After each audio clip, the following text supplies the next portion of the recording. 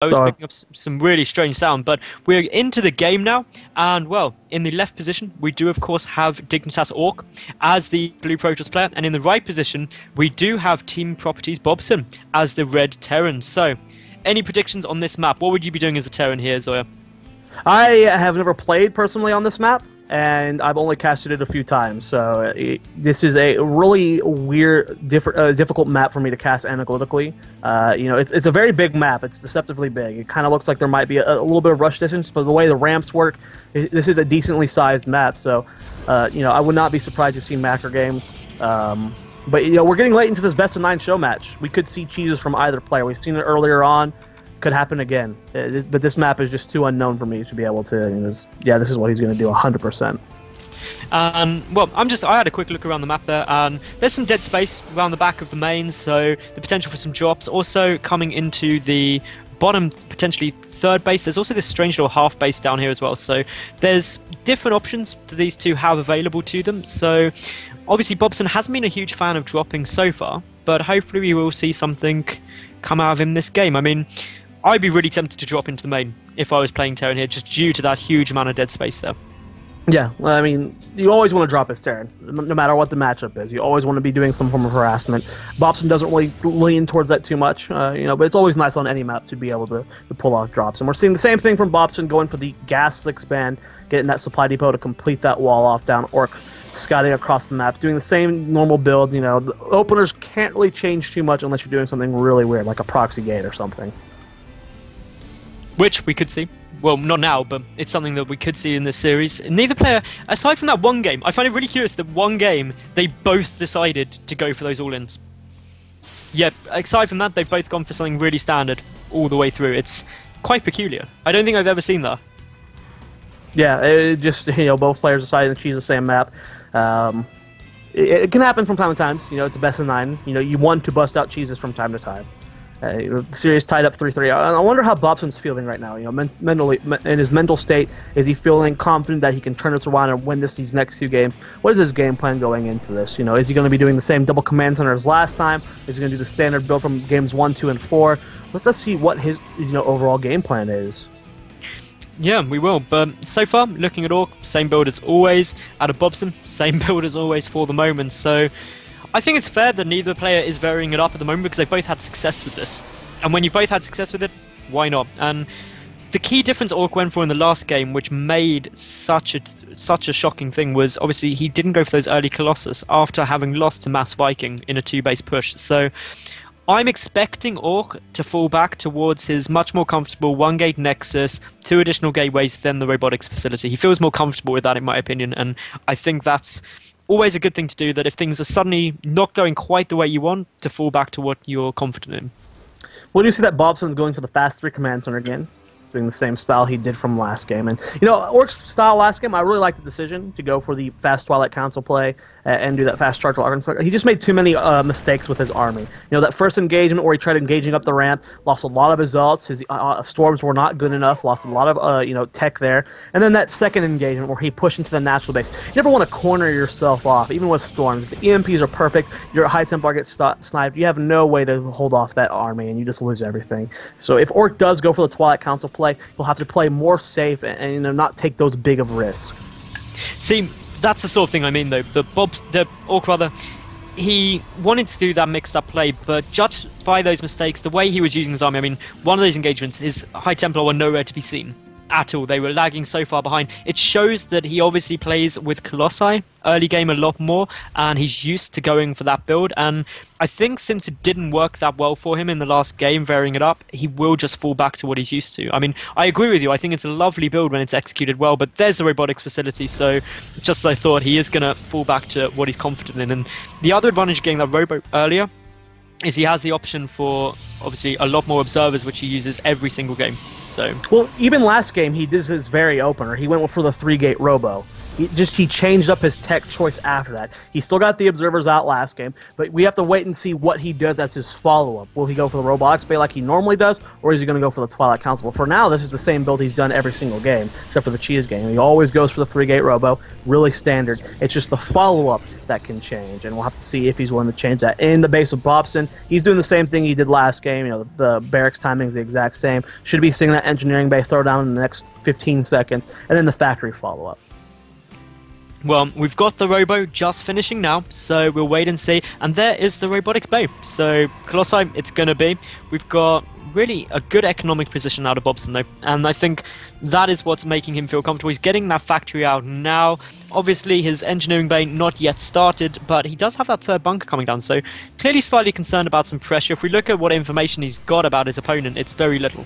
He has got essentially no information at all about what's coming, so that's fine. But then again, Ourk knows very little other than that there's the natural down. So neither player having too much to really base their plays on for the time being, and I think Bobson's doing the right thing, being extra defensive with those extra bunkers, having gone for that quick third.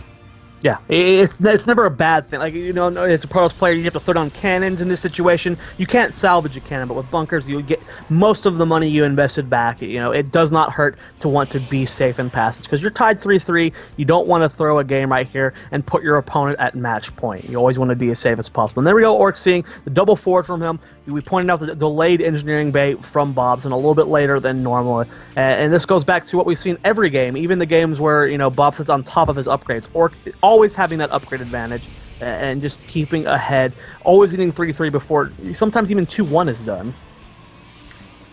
Now, I'm just seeing here, extended thermal lance coming down, we've got the missile turret at the front. It's something that Bobson has... I love that missile turret at the front. It's something that I don't think you can ever afford to skip. Because if you don't have the information on what your opponent's doing, getting DTs are a possibility, but that scam was absolutely on the money there for Bobson. Sees the robotics bay, with that, knows really Ourk is doing the same thing as he's done in so many of these games this series. Yep, and going for the double starport again, next to another reactor, going up to 5 barracks as well. Could see a lot of early game pressure here. And there we go, Ourk taking a fast third base in the bottom left-hand corner of the map, wanting to get his expansion on, and, you know, both players... You know, playing this macro style, we'll have to see how aggressive with the Vikings Bobson's going to be. You know, we saw when he won that with that 2-base all-in, he built so many Vikings. How heavy on the medevacs will we be seeing Bobson go? He's always played at like a lower count, like 5 or 6. We'd love to see him get up to like 8, maybe 10, and just have a mass amount of medevacs healing his army. I think it's... really thinking that Bobson is going to move out with a lot of Vikings. The main reason being is it works so well for him that game. And if he spots this third base from Ourk, then he definitely will. That will be a trigger because he'll know that Ourk won't have really the army to deal with it. And we're seeing here already that Ourk, he's defending for the drop, and that's really all he's got in his main base. He's got the 2 Colossi out, but only a handful of gateway units. And as a result, if a push were to come through, it would really hurt. But the Viking count already starting to climb. We've got the first 3 about to come out. And, well, a couple more barracks being added on now, as well as the armory and a second engineering bay. So, yeah, I'm thinking some aggression is definitely going to be on the cards for Bobson.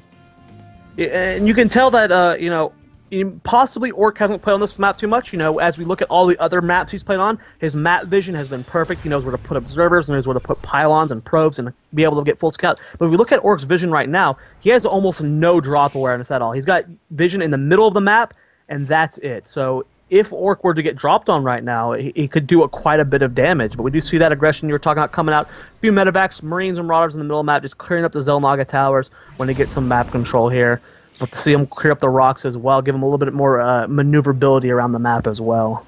A double drop is gearing up, though, now to go into the main. And as you say, there's no vision for this. The only thing that is going for Ourk is that he's got a handful of stalkers in the main base, and now actually warping a few more in. The observer outside, or between Bobson's third and natural, was able to see the units moving across. So Ourk clearly slightly concerned about that. But a handful of units also coming down towards the third of Ourk as well. So this could be about to get interesting with the multi-prong. And it'll be interesting to see how Ourk deals with it, because he hasn't had to so far this series. I think Ourk's just fine. The push at the bottom is very few units. There's a lot of units close to that third base. And the main base has plenty of units. Here comes that drop, unloading. Going to try and target down that robotics bay, but the Colossus and Stalkers coming forward. Stim at that main base, going down. The units at the bottom are also taking off a couple probes, but those are cleaned up relatively quickly. Robotics bay does get taken out, but the medevac, all the units falls. And oh man, almost loses that final medevac. That was not effective at all. He got the Roblox Bay, that slows him down a bit, but Ourk is already swapping the High Templar. That was not worth that many units in that many medevacs. Not at all. There was already, as you said, there's already 3 Colossus out. Ourk's already switching into High Templar. He's got exactly where he wants now. He cleared out a good number of units. Looking at the loss tab, over 1,000 more resources lost there by Bobson compared to Ourk. So he's going to be comfortable. He's getting his +3 ground weapons up. Already got 2-2 done, so I'm expecting to see +2 ground weapons for Protoss start. Meanwhile, for Bobson, he's sitting there on 1-0 upgrades. The +1 armor about to finish, but +2 weapons only just started. So that is straight away a big difference in upgrades. I mean, you can see the Viking count is pretty huge. All the clusters are going to get melted almost immediately. 14 Vikings on the field, but we go back to that medevac count. Only 4 on the field with these next 2 finishing up. That is a very low medevac count. Every stim is going to have to count. Units tab, we look at the ghost count. There are 0 ghosts on the field versus the 5 High Templar. This push from Bobson, he does have the supply advantage, but I don't know if his army composition is going to be good enough for this. Nor do I. I think these storms could be absolutely devastating, so we'll wait and see exactly what happens. But in comes Bobson. The storms do with the Vikings, but the Vikings straight away doing good damage. They get a good number of volleys off onto those Colossus. Did one fall there? I'm not sure if it did, but One did die. Yeah, one did die. I thought I saw that. And yeah, Bobson being forced back. He sees the storm and quite rightly does not want to engage that, because let's face it, you've got no ghosts in your composition. You don't want to lose forces to effectively nothing, and Bobson lost quite a lot in that engagement, so it's going to be tough. But Ourk coming for the counterattack, and well, this is doing pretty bad. Ourk, he is losing stuff so quickly. The Colossi go down, and as we can see, Bobson definitely coming out better in that engagement. Yeah, you always have to be mindful of where your High Templar are. Never want to get too far away from them. Always want to have that map vision when you go up ramps. If he had the High Templar with his army with that push, yeah, he could have engaged into that. But the High Templar are just so slow in the army composition. Always have to make sure you keep up with them. And that was definitely in favor of Bobson. Army value-wise, it's about the same. Both have a good composition. Resources lost is actually identical. Wow. 3,525 resources lost apiece, so completely leveled up. Bobson does, though, have this 4th and 5th base up. That is pretty huge. That is a huge economic advantage for the Terran player right now. Here we go. Looks like a little bit of aggression going to be done here. Ghost coming forward, trying to get the EMPs. Hit a lot of them, but the High Templar still have enough for a few more storms. They're coming up from the top base. Charge lots coming forward. Colossus count. There goes one storm, getting a decent amount of army, forces him to fall back. Medevac count is very dry on energy right now. All these units are in the orange and red. There's not much splash damage here, though. Bobson is trying to kite back as well as possible, doing a lot of damage to these charge lots. Vikings are landing. Archon's coming forward. It's just Stalkers left. More EMPs going down. With the more charge lots reinforcing, though, I think that's going to be enough for Ourk to defend. Bobson's going to have to back off. He has got reinforcements streaming across the map, though, and Bobson does have a slight supply advantage. It's not a huge amount, but it's enough. And as you said, the lack of AoE damage could be absolutely massive. That splash lacking against infantry from Terran is just always going to end badly. And Ourk even splitting up his army, trying to get a flank or a surround.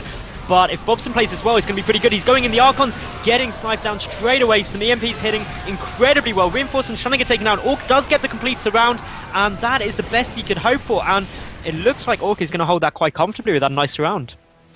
Yeah, I wish that Bobson would have backed off after that first engagement. His medevac energy was just completely dry. His entire army was in the red and orange. He should not have been trying to engage there and win the game. Unfortunately, he still has that medevac in the top left from that first drop just sitting there. I'd like to see him bring that back home, repair it up. Every unit counts. That's just 2 supply that's just being wasted right now. And Ourk, he just took possession of this game. Having the warpins. Both players are pretty low on money right now, but this supply, 191 to 167, it's starting to look scary for Bobson. Indeed it is. He's trying to reinforce as quickly as he can. The Planetary Fortress is there, but the Charter Lord's coming straight in. Repair going on the Planetary ASAP, but Storm's starting to hit, forcing Bobson back even further. A good Storm there doing a lot of damage. Bobson losing that 6th base, but well, Ourk, he's still holding back, and Bobson pulling back, trying to get the reinforcements. It's a pretty tough situation to be in here, and I'm definitely thinking Bobson overcommitted earlier. If he hadn't have overcommitted there, he would have been in such a better spot. Yeah. Fortunately for Bobson, he has this base sitting here in the top that has not been scouted by Ourk. It looks like it's about to be scouted, though. So that, or is it not? If that goes unscouted, it is. Oh no, it does there. Just by one Zealot got in range. It would have been the most lucky Planetary Fortress ever. But yeah, that's now completely dead. Yeah, pretty and much. losing this base is almost losing the game for Bobson. If you look at his bank, he has no minerals or gas banked up. Now, Ourk still is on 4 bases, but this is not, he's still economically fine if we look at his bank compared to Bobson's. And I find it surprising Bobson ended this. If it wasn't just for that bad engagement, he would have been fine if he hadn't have overcommitted. But here we go, we've got so much damage being done here, and Ourk really is steamrolling. SCV's trying to get forward. The charge lots absolutely decimating them, and there is the GG.